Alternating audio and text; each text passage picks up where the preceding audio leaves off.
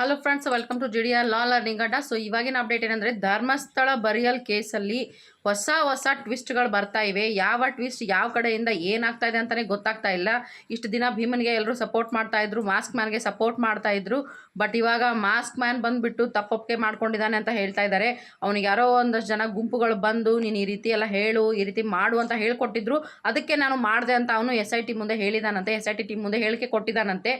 Okay, so ಅದು ಒಂದು ಕಡೆ. ಆದರೆ ಇನ್ನೊಂದು ಕಡೆ ಆ ಸಂಬಂಧಪಟ್ಟ ಗುಂಪುಗಳಿಗೆ ಸಂಬಂಧಪಟ್ಟಂಥ ವ್ಯಕ್ತಿಗಳ ಹತ್ರ ಮಾತಾಡಿದಾಗ ಅವರ ರಿಯಾಕ್ಷನ್ ಏನು ಬರ್ತಾ ಇದೆ, ಇದೆಲ್ಲ ಸುಳ್ಳು, ಇವಾಗೇನು ಅವ್ನು ತಪ್ಪೊಪ್ಪಿಗೆ ಕೊಡ್ತಾ ಇದ್ದಾನೆ, ಅದೇ ಸ್ಕ್ರಿಪ್ಟೆಡ್ ಇದೆ, ಅದೇ ಏನು ಅವ್ರು ಹೇಳಿ ಮಾಡಿಸ್ತಾ ಇದ್ದಾರೆ, ಯಾಕಂದರೆ ದಾರಿ ತಪ್ಪಿಸ್ಬೇಕು ಜನರನ್ನ ಅಂತ ಹೇಳಿ ಅವ್ರು ಹೇಳಿಕೆ ಕೊಡ್ತಾ ಇದ್ದಾರೆ.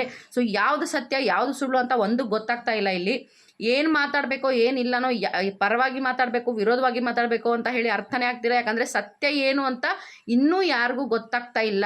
ಯಾಕಂತಂದರೆ ಏನಾಗ್ತಾ ಇದೆ ಇಲ್ಲಿ, SIT ಟೀಮು ತನಿಖೆನೂ ಮಾಡ್ತಾ ಇರೋದು ನಿಜ.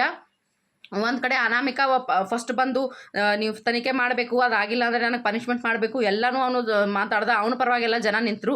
ಇವಾಗ ನೋಡಿದ್ರೆ ಅವ್ನು ಯಾರೋ 3 ಟೀಮ್ಸ್ ಬಂದು ನನಗೆ ಹೇಳಿದರು ಈ ರೀತಿ ಮಾತಾಡೋದಕ್ಕೆ, ಎಲ್ಲ ಸ್ಕ್ರಿಪ್ಟೆಡ್ ಇತ್ತು ಅಂತ ಅವ್ನು ಹೇಳ್ತಾ ಇದ್ದಾನೆ. ಬಟ್ ಇವಾಗ ಆ ಸಂಬಂಧಪಟ್ಟ ತಂಡದವ್ರ ಜೊತೆಗೆ ಮಾತಾಡಿದ್ರೆ ಅವ್ರು ನಮ್ಮನ್ನು ಕಳಿಸಿದ್ರೆ ನಾವು ಹೋಗ್ತೀವಿ, ನಮ್ದೇನು ತಪ್ಪಿಲ್ಲ, ಅದರಲ್ಲಿ ನಾವೇನು ಸ್ಕ್ರಿಪ್ಟೆಡ್ ಇಲ್ಲ, ನಾವೇನೋ ಅವ್ನಿಗೆ ಹೇಳ್ಕೊಟ್ಟಿಲ್ಲ, ಅವ್ನು ಇವಾಗ ಹೇಳ್ತಾ ಇರೋದೇ ಸ್ಕ್ರಿಪ್ಟೆಡ್ ಇದೆ, ಈ ಜನರನ್ನ ಒಂದು ದಾರಿ ತಪ್ಪಿಸೋದಕ್ಕೆ ಈ ರೀತಿ ಮಾತಾಡ್ತಾ ಇದ್ದಾರೆ ಅಂತ ಅವ್ರು ಹೇಳ್ತಾ ಇದ್ದಾರೆ. ಸೊ ಯಾವುದು ಸತ್ಯ ಯಾವುದು ಸುಳ್ಳು ಏನು ಗೊತ್ತಾಗ್ತಾ ಇಲ್ಲ. ನೆಕ್ಸ್ಟ್ ಏನಾದರೂ ಅಪ್ಡೇಟ್ ಬಂದರೆ ಆದಷ್ಟು ಬೇಗ ತಿಳಿಸ್ತೀನಿ. ಅಲ್ಲಿವರೆಗೂ have a nice day. Bye bye.